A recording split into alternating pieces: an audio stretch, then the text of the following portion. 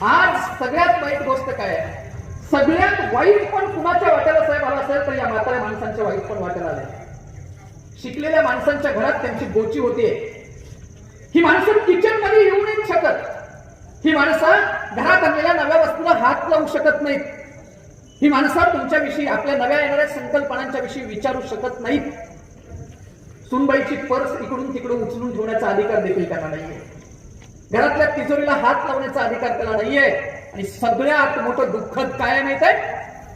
सगळ्यात मोठं दुःखद, घरात जर शिकलेली सुनबाई असेल आणि तिला जर 2-3 वर्षाचं बाळ असेल आणि त्याच घरात पाळलेलं कुत्र जर घरात असेल तर त्या कुत्र्याला, त्या टॉमीला तुमच्या 3 वर्षाच्या बाळाचा मुका घ्यायचा अधिकार आहे. पण म्हाताऱ्या माणसाला मुका घ्यायचा अधिकार नाही. म्हाताऱ्या माणसाला मुका घ्यायचा अधिकार नाही. शिकलेली माणसं त्याला काय म्हणतात माहित आहे? माझ्या बाळाला इन्फेक्शन होईल.